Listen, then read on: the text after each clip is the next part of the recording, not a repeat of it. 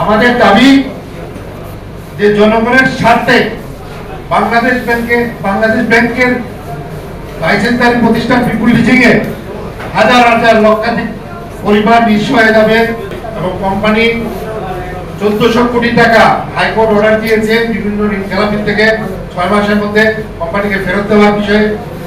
Company share বাজারে গিয়েছে, কোম্পানিতে ব্যবসা বাণিজ্য করে উজ্জ্বল সম্ভাবনা। এরকম একটি অবস্থায় বাংলাদেশ ব্যাংকের গভর্নর তিনি সিদ্ধান্ত নিয়েছেন যে এই পিপুল লিজিং কে বন্ধ করে দেওয়ার।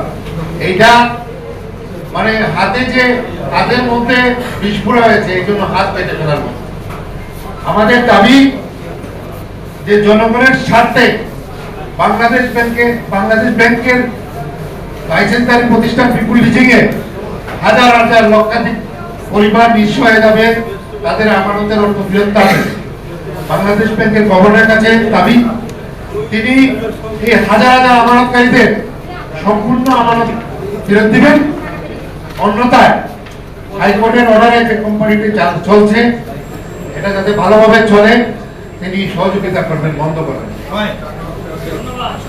এবং তিনি বাংলাদেশের গভর্নর তিনি যাতে এরকম একটি জনস্বার্থ, দেশের জনগণ ক্ষতিগ্রস্ত হয়, মানুষ বঞ্চিত হয়, পিপুল লিজিংকে বন্ধ করে দিলে লক্ষ লক্ষ পরিবার তারা নিঃস্ব হয়ে যাবে। এই কথা বিবেচনা করে পিপুল লিজিংকে যাতে ভালোভাবে চলে এই জন্য হাইকোর্টের অর্ডার 96 এ বলা আছে বাংলাদেশ ব্যাংক এটা তত্ত্বাবধান করবে এবং ফান্ড ইনজেক্ট করবে, পিপুল লিজিংকে আর ভালোভাবে চলার সহযোগিতা সেটা করার জন্য অনুরোধ করবো ওনাকে। তার পরিবর্তে হাইকোর্টের অর্ডারকে ভায়োলেশন করে নির্দেশনা না মেনে বরং পিপুল লিজিং বন্ধ করে দেওয়ার যে পরিকল্পনা ওরা এটার তীব্র নিন্দা ও প্রতিবাদ জানাচ্ছি।